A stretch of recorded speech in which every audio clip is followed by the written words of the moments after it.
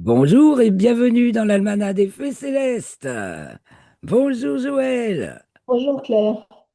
Nous allons faire le bulletin astronomique pour la période du 24 avril au 1er mai 2026, la deuxième phase de la première lune de printemps nord et automne sud, donc qui a débuté avec la nouvelle lune le 17 avril. Donc c'est du premier quartier, le 24 avril, à la pleine lune, le 1er mai.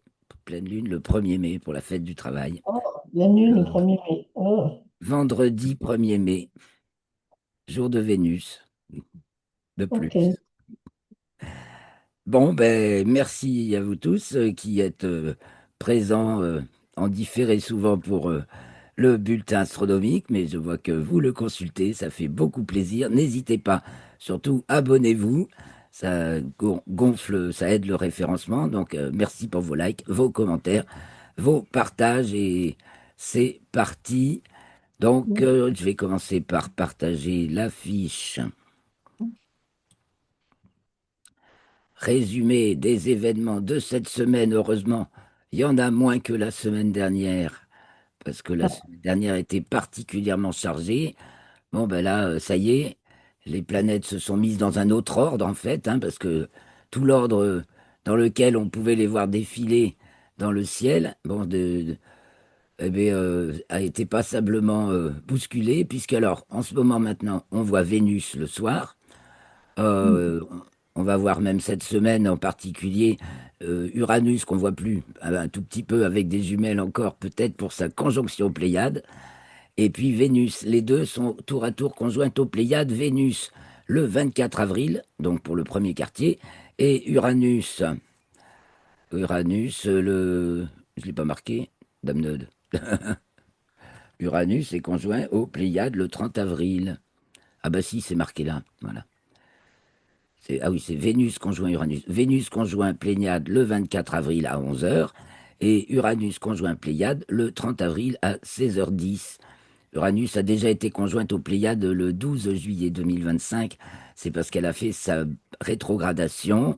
Voilà, elle avançait, elle est passée sous les Pléiades. Alors Uranus avance un tout petit peu de jour en jour. On peut se rendre compte avec des jumelles, hein, puisque les étoiles dans le fond, elles se déplacent pas.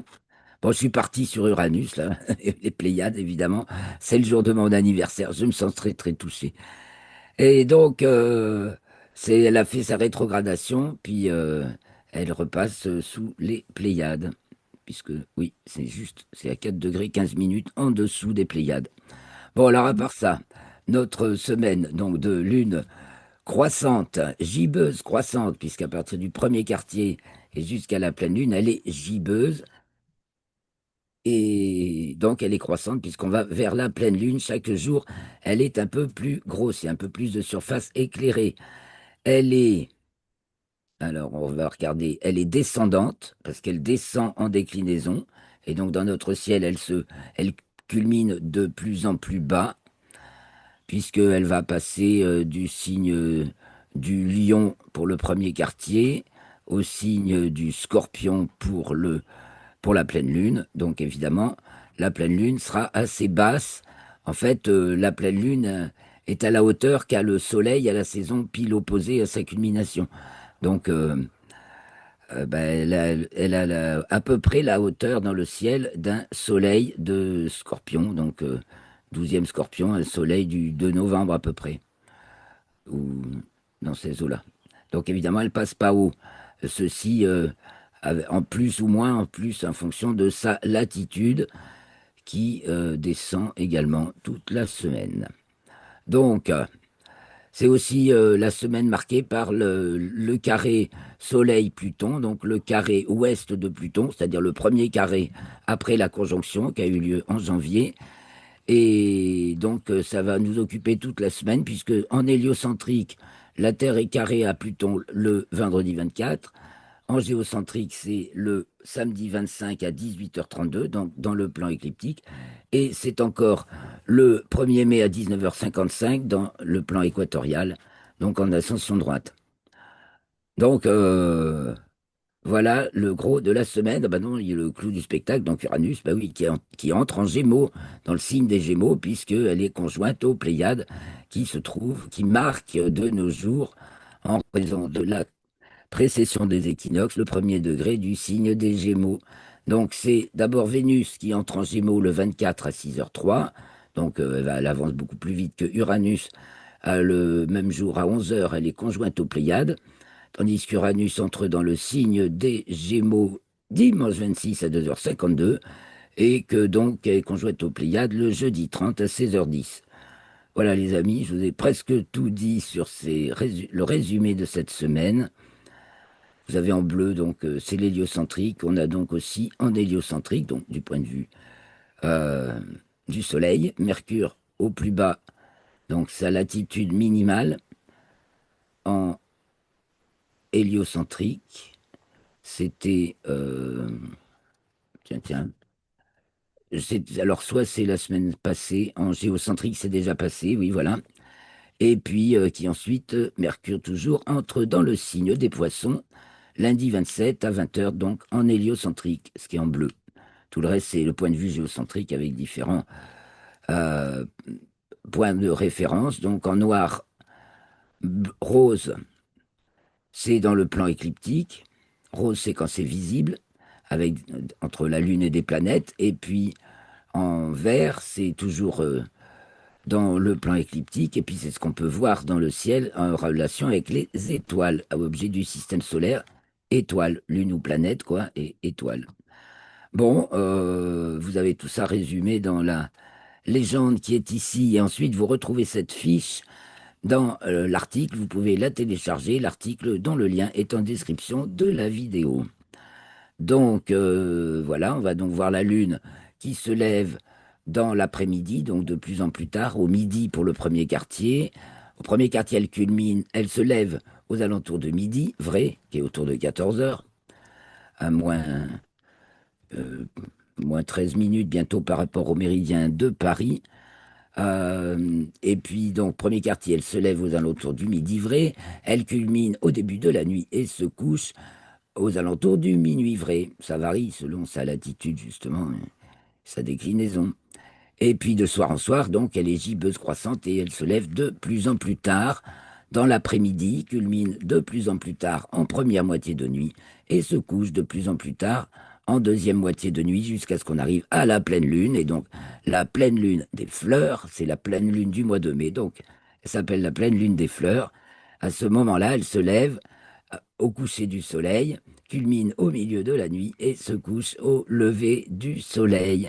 C'est donc dans la nuit du 1er au 2 mai, en fait, qu'on aura notre pleine lune des fleurs. Donc, qui, je vous ai dit, elle va pas culminer haut, elle va culminer moins haut que le soleil quand il est au 12e degré du signe du scorpion, puisqu'elle a 4 degrés de latitude en moins. Donc, elle sera basse déjà, et la prochaine qui aura lieu aussi en mai d'ailleurs, et on l'appellera pour ça une lune bleue, puisque là c'est le 1er mai, pleine lune, donc la suivante ça va être le 30 mai, et ce sera encore pleine lune. Alors elle aura l'appellation lune bleue à cause de ça. Euh, et il y a plusieurs, enfin ça vous retrouverez, il y a un lien qui vous reparle ça plus précisément, les lunes bleues, on aura l'occasion d'en reparler, mais sinon il y a un lien dans l'article. Donc dont le lien est dans la description de la vidéo et dans lequel vous trouvez absolument tous les détails que je vous résume ici. Voilà. Donc, à part ça, donc on va avoir un ciel plein de lune en début de nuit, pas en fin de nuit. En fin de nuit, alors les planètes visibles, c'est donc Vénus maintenant sur le couchant, mais de plus en plus tardivement, qui brille de tous ses feux, et donc qui est conjointe à Uranus, qu'on pourra s'amuser à chercher aux jumelles. Et puis, il y a Jupiter qui trône devant les Gémeaux, qui est déjà à l'ouest en début de nuit et qui descend, donc, qui se couche maintenant vers 2 heures du matin. Puis après, il n'y a plus de planètes dans la nuit jusqu'au tout petit matin où on voit encore rien. Bon, il y a Neptune qui est la première à se lever des quatre maintenant, puisque Mercure a doublé tout le monde la semaine dernière. Euh, Elle est totalement invisible, bien sûr. Il faudra attendre le mois de juin. Saturne va commencer dans le courant mai à être visible, donc en toute fin de nuit. Mars, ce sera tout à fait fin mai qu'on pourra commencer à la voir. Et Mercure, là, qui a doublé tout le monde, on ne la voit plus du tout. Et elle va être en conjonction supérieure, donc pleine Mercure. Je crois que c'est le 12 mai. Donc pour Mercure, elle prend son temps là. Parce que Mercure, ça peut aller très vite des fois, et des fois moins. Là, c'est dans moins.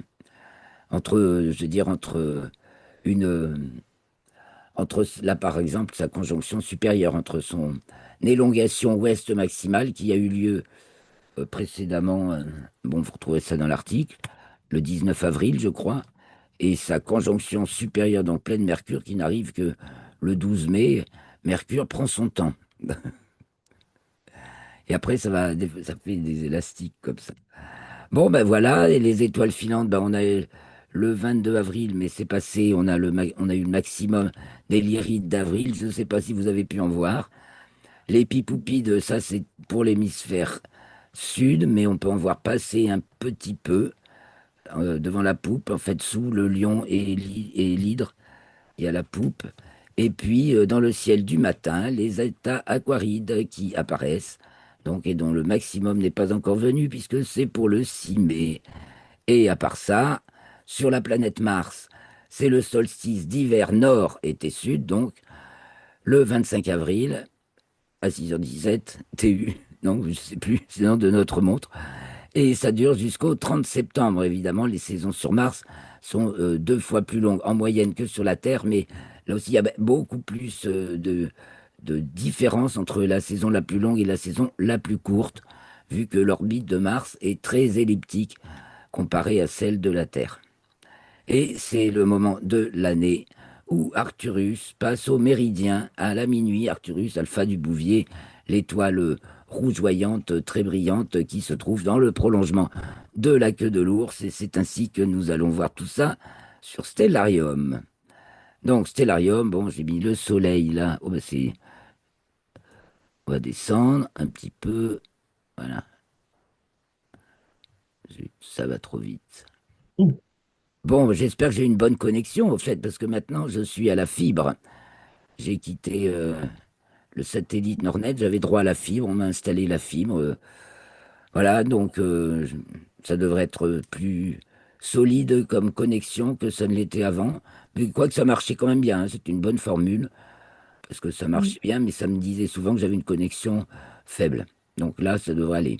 Donc là, nous ne sommes que le 25 avril, donc j'arrive. Bah non, c'est bien, puisqu'on commence le 24. Le 24 avril, le jour du premier quartier. Donc, 1 heure plus tôt, le soleil est là. Là, on va dire qu'il est 20 heures. On rajoute 2 minutes, il est pile 20 heures. Donc, le soleil n'est pas couché, vous voyez. Il est déjà plus à droite que l'ouest. Il va se coucher ouest-nord-ouest maintenant, hein, de plus en plus vers le nord-ouest jusqu'au 21 juin, le jour où il aura sa course la plus grande de l'année. Donc là, il se couche à 20h47. Bah oui, encore 3 quarts d'heure avant qu'il se couche. Alors allons voir à 21 heures, il est couché. Donc on voit bien Vénus. On peut pas la manquer. On la trouve assez tout de suite, on peut la chercher dès que le soleil est couché, on va rapidement la voir. Donc vous voyez, à l'ouest, un peu sud-ouest. Donc on va passer les minutes. Vénus est tout près d'Uranus, mais on va pas voir Uranus. Voilà nos constellations qui apparaissent. Donc Orion, Vénus, elle est devant le taureau, alors je vais me centrer sur Vénus, et elle est tout près d'Uranus, on va voir ça, vous voyez. Donc, il faut des jumelles pour espérer, bien sûr, distinguer Uranus sous Vénus. Alors là, j'ai pas choisi le meilleur horizon, parce que j'ai un arbre, on peut quand même attendre si l'horizon est très propre, ce qui est tellement rarissime, et bien dégagé, bien entendu, bon, on peut attendre un petit peu qu'il fasse plus sombre avant qu'elle soit couchée, pour s'amuser à voir Uranus sous Vénus. Alors je vais changer d'horizon quand même. Je vais me mettre à l'océan. Horizon, océan. Comme ça, on n'est pas gêné par le relief. Voilà, on attend un petit peu. J'ai trop grossi, voilà. Ah, donc 22 heures. Voilà, 22 heures. Si on a un horizon parfaitement dégagé, on a donc les Pléiades, Vénus et Uranus. Alors on peut faire de soir en soir le cours de la semaine. Donc là, ce sera le 25 avril au soir, le 26, le 27, le 28, le 29, le 30. Le 30, c'est Uranus qui est conjointe aux Pléiades. Je trace l'écliptique. Voilà. Et Vénus, elle est conjointe à Aldébaran ce jour-là. Donc, dernière occasion de la saison uranienne d'observer la planète Uranus avec des jumelles au tout début de la semaine quand elle est conjointe à Vénus, puisqu'en plus chaque jour elle se couche de plus en plus tôt et en plus les jours sont de plus en plus longs. Donc ça y est, après c'est fini, on va à Uranus. Donc le soir, on a aussi Jupiter dans le ciel qui ne manque pas de briller fort. On remarque aussi l'étoile Capella du cocher qui brille très fort et qui descend. Donc à l'ouest, on a aussi Jupiter en dessous de Castor et Pollux. Si on se tourne vers l'ouest, Castor et Pollux. Bon, il m'a pas mis beaucoup de noms d'étoiles, ça va quand même. Si je vais en rajouter, parce que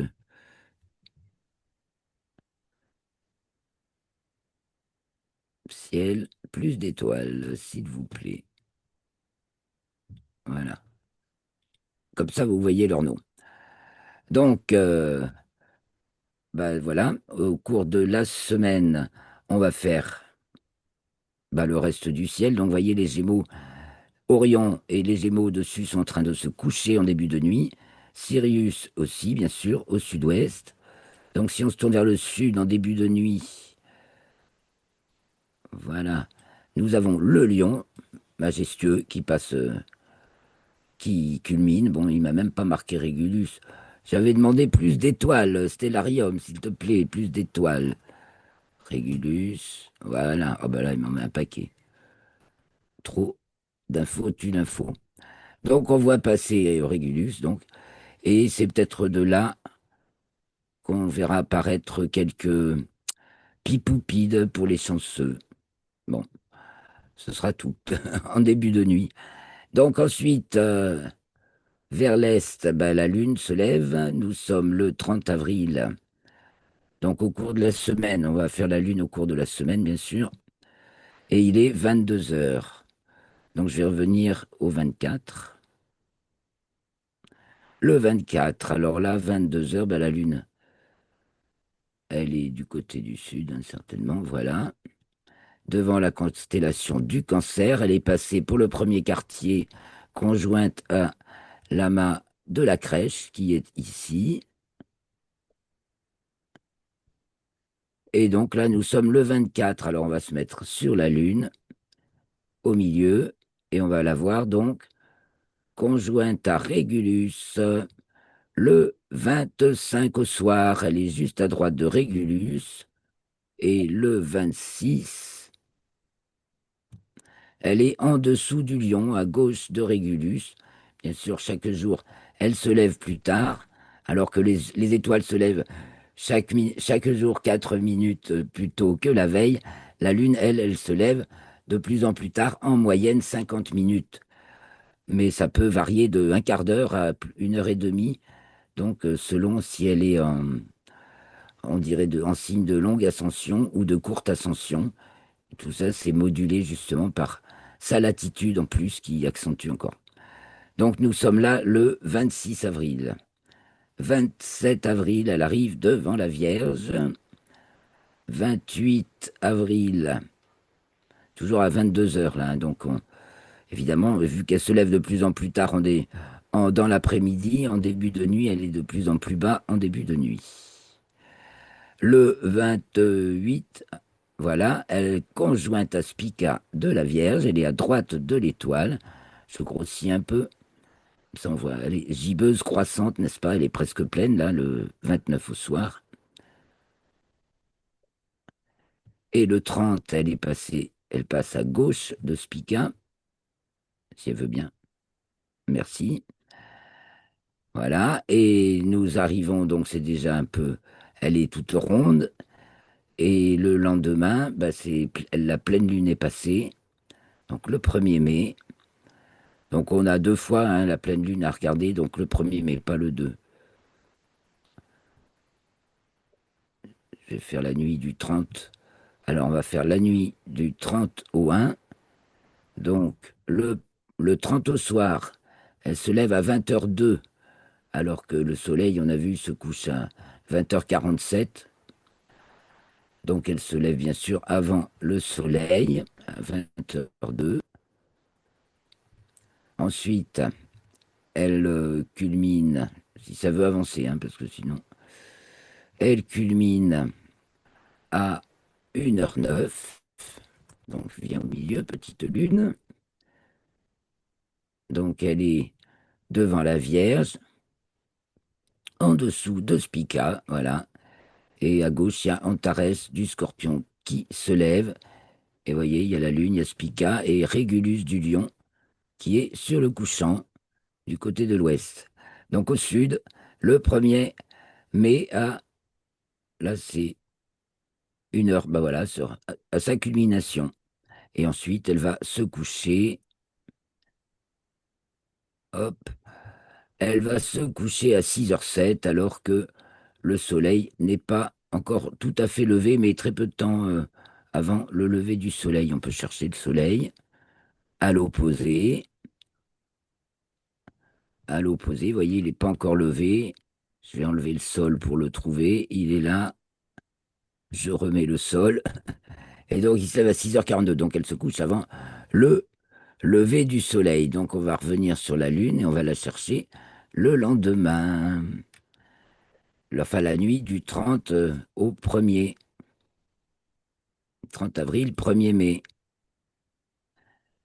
Donc, le jour se passe, la Lune passe de l'autre côté de la Terre. C'est nous qui tournons plus vite, hein, en fait.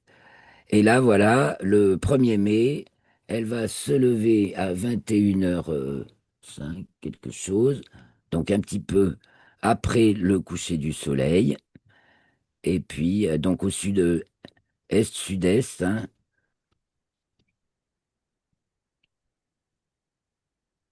et puis vous voyez, elle est devant la balance, elle va culminer, alors il faut passer au 2, voilà, elle va culminer à 1h54, et donc culminer, vous voyez, pas haut, voilà, ah, j'ai de la peine, hein. Stellarium avance pas très très vite. Donc elle est pas bien haute, hein, elle est à peine 20 degrés de hauteur. Enfin, peut-être un tout petit peu plus, mais pas beaucoup. Donc devant la constellation de la Balance, et ensuite elle va se coucher au sud-ouest, un petit peu après le lever du soleil. Et voilà pour la pleine lune. Donc j'espère que vous en profiterez bien de cette pleine lune des fleurs. Il me reste à vous montrer quelques images et commenter l'actualité. Donc on revient un petit peu sur la mission Artemis 2, puisque un des astronautes, Ray Wiseman, on s'est marqué dans l'article, a publié cette vidéo qui n'était pas encore publiée. Alors là, c'est qu'une capture d'écran de coucher de terre derrière la Lune depuis le vaisseau Orion. Alors on peut le regarder ensemble ici, ça passe toujours, hein, voilà. Et donc voilà, et la caméra s'ajuste de son smartphone, en fait, il explique, hein. Et là, donc, c'était juste la taille du bloc, en fait. Donc, une fois qu'il a eu calé, c'est parfait. Et on va voir le croissant de terre qui disparaît derrière la Lune depuis de l'autre côté de la Lune. Enfin, vous voyez la position de celui qui filme donc, et la Lune et la Terre qui disparaît. Donc, ça fait le buzz un peu, hein. Voilà. J'ai pas mis j'aime.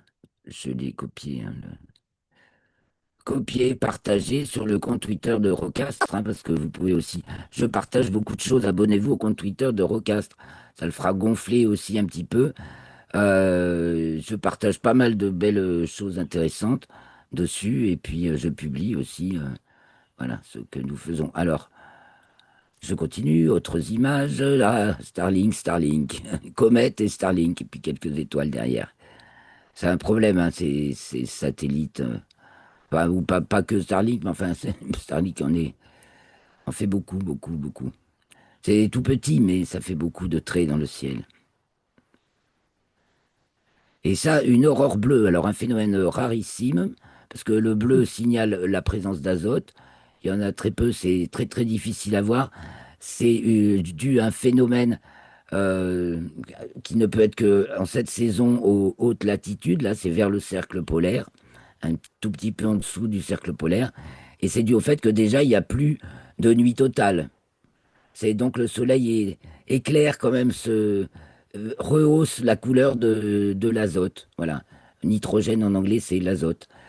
Et donc ça donne l'occasion d'aurores bleues, parce que sinon elles sont jaunes. Enfin non, pardon, elles sont rouges, oranges, vertes. Surtout vertes. Des aurores bleues comme ça, c'est rarissime. La Lune avec l'atlas virtuel de la Lune, là, c'est puisque cette semaine, on observe le lever du soleil sur la Lune, hein, de jour en jour.